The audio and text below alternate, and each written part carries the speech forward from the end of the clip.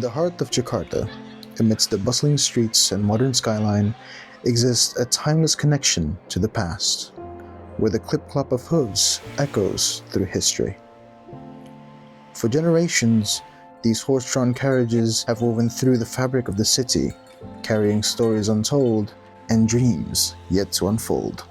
Behind every ride, a journey unfolds not just through the vibrant cityscapes, but through the lives of those who navigate its streets with grace and resilience. This is their story, a tale of heritage, perseverance, and the enduring spirit of Jakarta's carriage-bound souls. For decades, horse-drawn carriages have brought color and charm to the streets of Jakarta. They spark smiles, carry stories, and keep tradition alive in the heart of a fast-moving city. Saya Nanang sebagai koordinator lapangan juga sebagai di Peduli Kuda Pekerja. Kebetulan saya berada di delman saya dan yang di depan ini adalah kuda saya yang bernama Aliando. Saya bekerja di mengurus kuda dan menarik delman sudah kurang lebih selama 20 tahun. Menurut saya keunikannya adalah ini adalah ciri khas budaya Betawi, ini adalah budaya Jakarta yang memang harus kita lestarikan. Tantangannya yang sangat terbesar adalah merawat kuda ketika dia sakit. Kita tidak mengerti bahasa, tapi kita mengerti apa yang dia rasa. Jadi untuk yang lain seperti merawat atau memberi makan, kalau itu sudah hal biasa sebagai tanggung jawab kita. Untuk kedepannya, untuk saat ini saya selalu fokus, selalu merawat kuda saya si Aliando ini dengan baik. In the heart of a modern city, tradition still moves with grace. For some, it's a nostalgic ride. For others, it's a proud livelihood, a bond between man and horse that keeps history alive. Sekarang kita di perjalanan mau arah ke Monas untuk mangkal di sana, di pangkalan Monas. Kuda tanjakan sama turunan ada beda. Kalau tanjakan dia pasti akan lompat lari, tapi kalau turunan dia nggak mau lari. Kita juga harus hati-hati, tidak harus memaksa dia harus lari di bawah turunan. Kalau kita sih berangkat biasa dari rumah jam 8, terus sampai di Monas, kalau sampai selesainya sekitar jam 9 malam baru pulang. Tapi kan ada jam-jam tertentu dia istirahat. Makannya istirahat, misalnya jam 11 sampai jam 1 dia istirahat. Nanti setengah 2 mulai lagi sampai sore jam 6. Jam 6 istirahat lagi. Iya, sampai malam.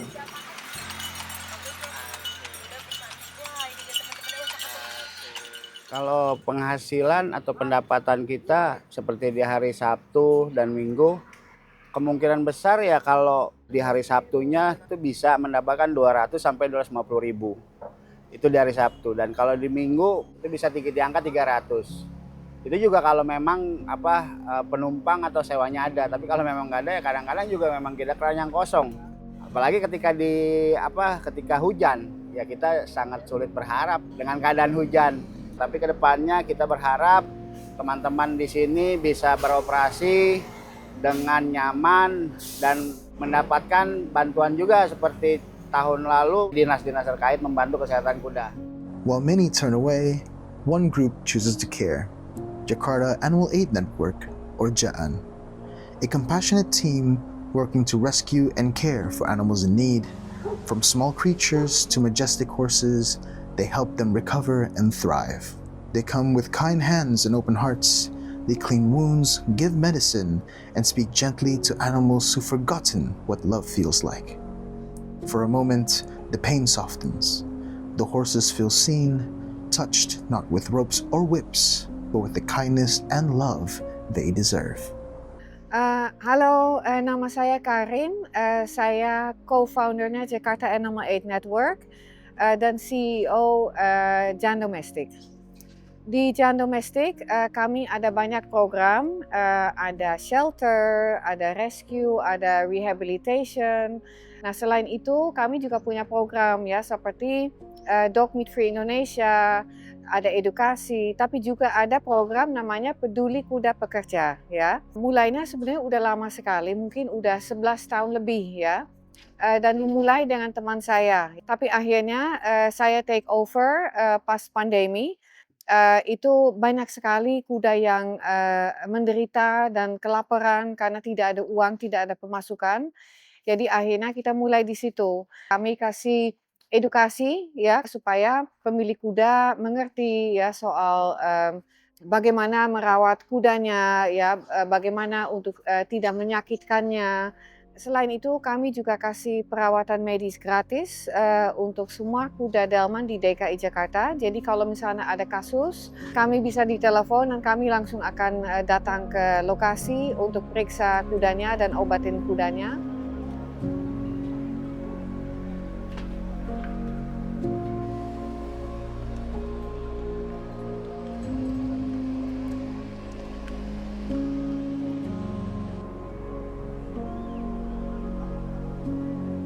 Today we are in Pulau Jahe, East Jakarta, and we're here because today we started our tetanus vaccination drive.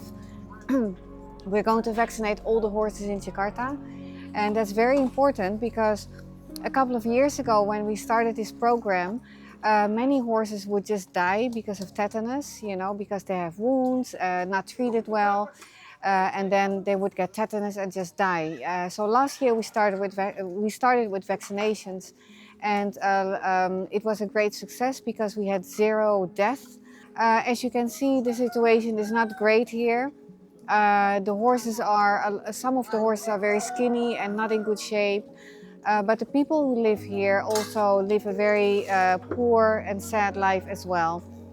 When I got here this morning, they were also complaining, that they have hardly any income because of the rain, because it's still rainy season.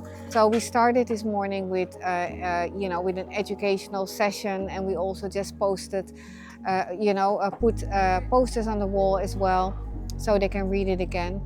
Because education is really, really important if we want to make a change. Halo, perkenalkan nama saya Dr. Mutia. Saya bekerja sebagai Head Equine Vet di program Peduli Kuda Pekerja Jan Domestik.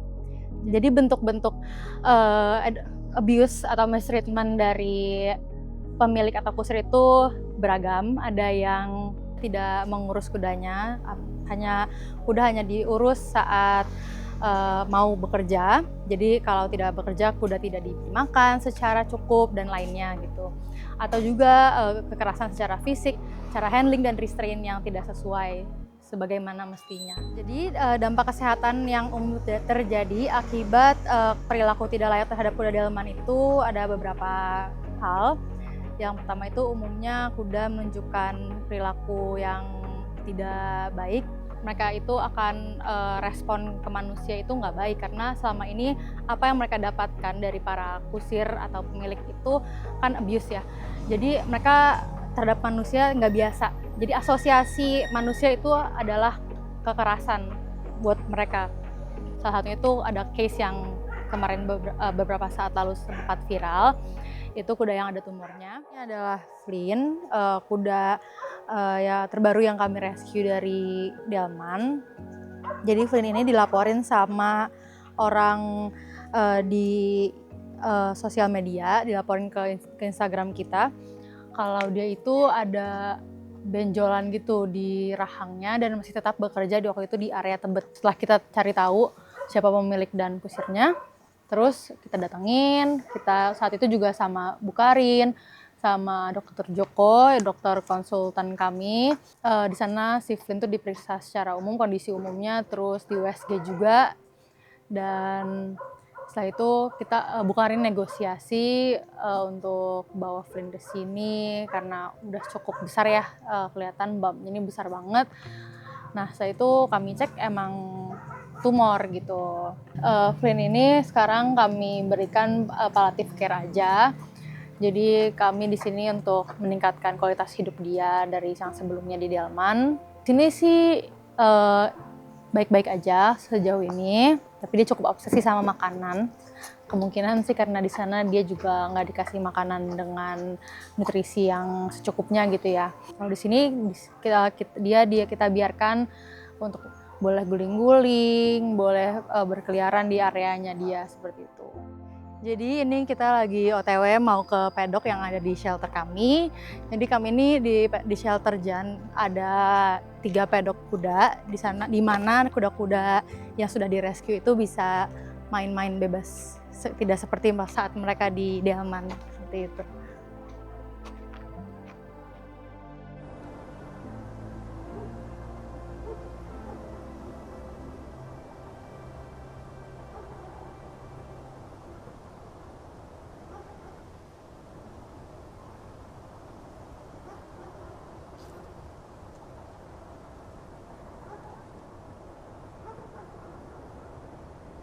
Kalau vitamin untuk memberikan nutrisi-nutrisi yang kuda-kuda ini itu tidak mendapatkan secara cukup seperti itu, dan juga obat cacing karena kuda-kuda ini kan nggak pernah dikasih obat cacing sebelum kita berikan kan. Bahkan pemilik itu juga nggak aware sepenting apa sih pemberian vitamin dan obat cacing yang rutin itu, seperti itu. Izin perkenalkan, saya Dr. Iwan Pugo Wahyudi dari Kementerian Pertanian. Kebetulan saya di bagian advokasi kesejahteraan hewan. Saat ini juga saya sebagai focal point dari Indonesia untuk Badan Kesehatan Hewan Dunia di World Organization for Animal Health. Saat itu International Coalition for Walking Equid atau ICWE menyampaikan bahwa pentingnya penerapan kesejahteraan kuda pekerja di beberapa negara di kawasan Asia Pasifik. Nah, salah satunya Indonesia yang saat itu memiliki banyak hewan kuda yang dipekerjakan mendapat keprihatinan di dunia internasional juga. Nah, kami di sini sebagai pemerintah ya harus menyiapkan bagaimana kebijakan itu dibuat. Nah, kalau kebijakan itu dibuat berarti pertama harus ada regulasi ya. Nah, dengan adanya regulasi itu kami berharap bahwa pemerintah dan masyarakat tahu dan memahami pentingnya terkait dengan penerapan kesejahteraan hewan pada hewan pekerja ini, dan juga menjadi acuan bagi penegak hukum untuk peringatan bagi para pelaku yang melanggar kesejahteraan hewan itu. Nah, di samping KUHP kita punya Undang-Undang Peternakan dan Kesehatan Hewan, Undang-Undang Nomor 18 tahun 2009, Jungto Undang-Undang Nomor 41 tahun 2014, kemudian peraturan pemerintah atau PP nomor 95 2012 terkait dengan kesehatan masyarakat veteriner dan kesejahteraan hewan. Nah, tahun ini kita juga sedang menyusun rancangan permentan terkait dengan penyelenggaraan kesejahteraan hewan, di dalamnya menyangkut hewan pekerja. Mudah-mudahan nanti segera berhasil aturan itu segera ditandatangani, karena semakin kesini masyarakat kita semakin butuh aturan itu sebagai payung hukumnya. Contohnya ya misalkan di DKI lah contohnya, ini ada semacam pembatasan jam kerja untuk untuk kuda delman di Monas misalkan. Kemudian membuat semacam identitas untuk pemilik kuda dan juga kuda delmannya. Tujuannya apa? Ketika memperlakukan kuda dengan tidak baik, maka ketahuan nanti si A, si B gitu. Kami juga membuat semacam flyer-flyer edukasi untuk menarik para masyarakat, menarik para masyarakat untuk melakukan edukasi biar aware terhadap hewan pekerja ini. Nah, harapannya pemerintah daerah dan masyarakat saling bersinergi untuk terus bersama-sama melakukan penyelenggaraan kesejahteraan hewan kuda pekerja ini dengan baik. But can the system fix what's been ignored for so long? Can laws truly protect those who cannot speak for themselves? On paper, the rules exist, words about animal welfare, protection, and rights. Change is not just about policies. It's about action, about listening, about caring enough to make sure no horse is left to suffer in silence. They were never just horses. They were workers, survivors, forgotten souls moving through a city that rarely looked back. Each scar tells a story. Each tired step speaks of years lived in silence. But even the smallest act of care can change everything. A warm touch, a safe place to breathe. And when the rain falls, it washes more than dirt. It washes away fear and brings hope. Because no creature was born to suffer, and every life, no matter how worn, deserves a chance to run free.